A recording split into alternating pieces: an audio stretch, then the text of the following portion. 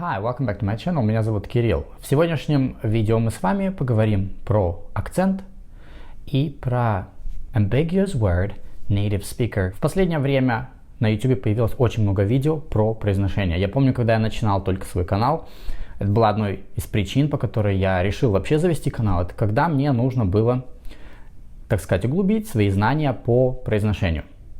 У меня на это были свои причины, мне нужно было подправить свой акцент, потому что у меня была ситуация, когда по телефону мне нужно было что-то объяснить, и я не мог это сделать.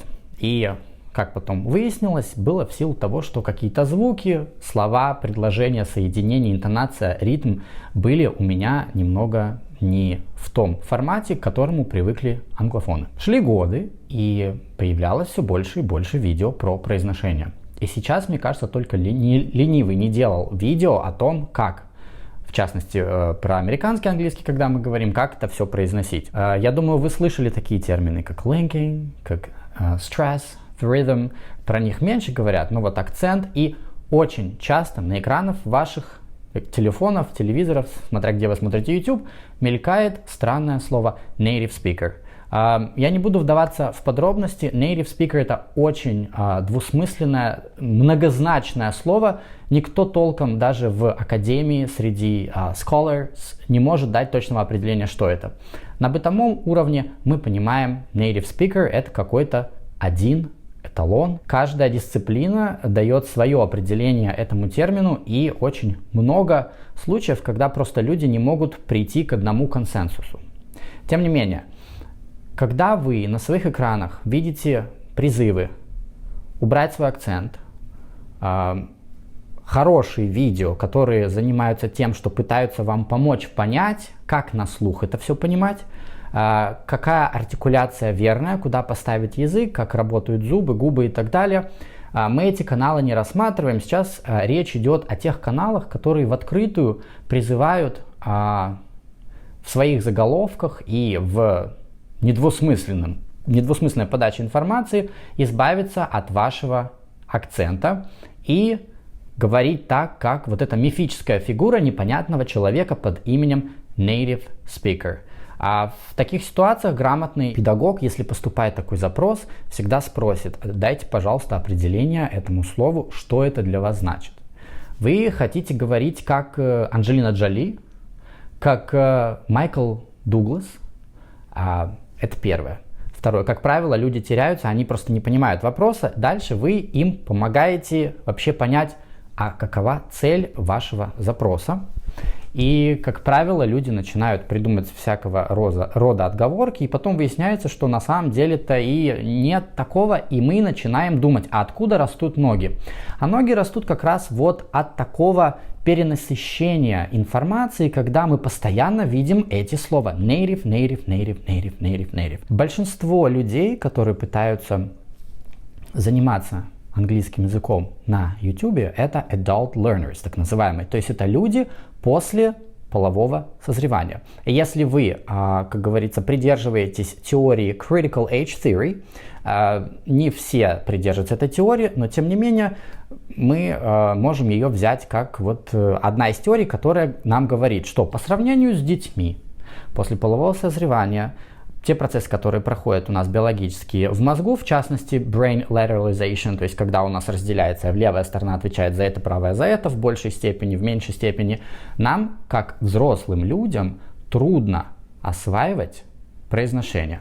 То есть это только касается native accent. То есть когда к вам приходит человек в 30 лет или в 20 с чем-то лет и говорит, что я хочу, вот научите меня, я хочу sound like a native speaker. Вы начинаете человеку говорить, что this goal is unattainable. Ваша цель, она недостижима. Я понимаю, что есть исключения, есть люди, которые могут хорошо подражать. Тем не менее, вашей целью никогда не должно быть в изучении языка звучать как непонятно кто, человек, которому вы не можете дать определение. Во-первых, этот процесс растянется на долгие годы. Во-вторых, я думаю, вы без меня это знаете, вы замечали. Это делать очень трудно. У нас нет возможности вот все это делать так, как это делают люди, которые, как говорится, с молоком матери впитали все это и росли здесь. далеко ходить за примером не надо. На YouTube, особенно в Shorts, очень много сейчас видео от наших соотечественников с вами, которые приехали с детьми. Через полгода выясняется, что мама с папой осваивают до сих пор simple present, а дочки или сыновья говорят на английском с идеальным произношением. Почему? Потому что дети, потому что очень пластичный мозг. Когда мы взрослеем, у нас, понятное дело, не деревенеет все, но становится нам труднее. Поэтому помните, что вот это вот native-like, вы изучаете язык, ваша цель должна быть какая? Что касается произношения, это be intelligible, чтобы вас понимали. Если вас понимают, замечательно, вы продолжаете изучать язык, потому что там очень столько много переменных, которые нужно знать. Это и социокультурная компетенция, это и понимать скрытый смысл, и делать какие-то выводы. Произношение вы осваиваете в процессе вот этого всего, но это не основная цель. Основная цель — уметь передать, донести мысль.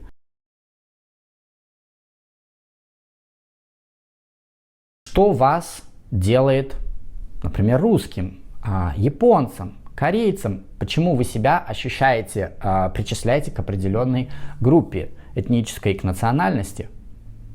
Это все завязано на культуре, и большое значение, одно из главных значений играет то, на каком языке вы говорите. То есть если вам предлагают убрать ваш акцент и начать говорить как мифическая фигура под названием native speaker, вы должны себе задать вопрос и подумать об этом критически.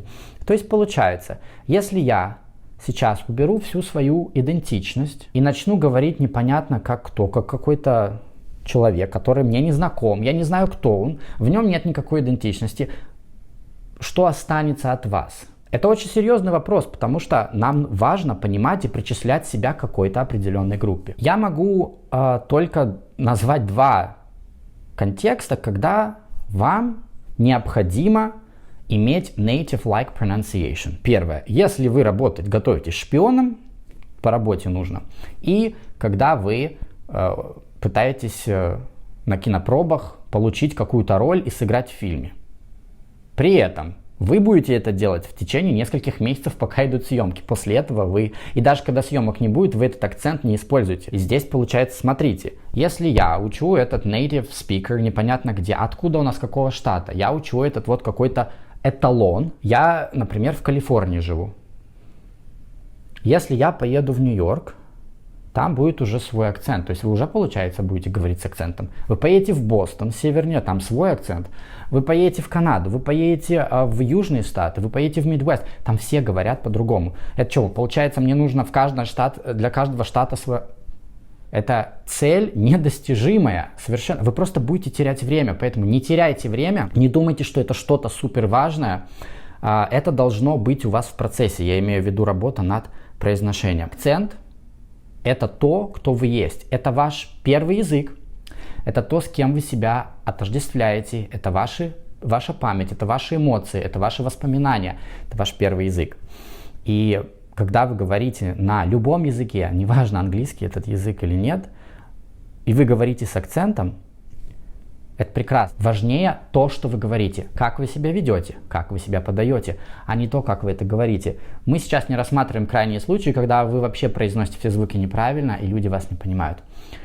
И помните, есть видео, которые помогают вам правильно поставить произношение, артикуляцию, а есть видео, которые просто выбирают какой-то непонятный один, вообще попахивает каким-то колониализмом и расизмом, один какой-то диалект, и что вы должны на этом диалекте говорить. Какие три вещи вам нужно запомнить? Ваш акцент — это замечательно. As long as people understand you, you're good. После полового созревания, согласно теории критического возраста, овладеть native-like произношением невозможно биологически. Вы можете постараться, у кого-то это может получиться, вы можете приблизиться. Но зачем? Если вы прекрасно можете общаться, имея акцент. Я общаюсь по-английски каждый день. Я сижу на лекциях, я общаюсь со своими одноклассниками. Мой акцент никому не мешает, потому что I can get my message across. Но я прекрасно понимаю, кто я, какой у меня язык первый, какой у меня язык третий.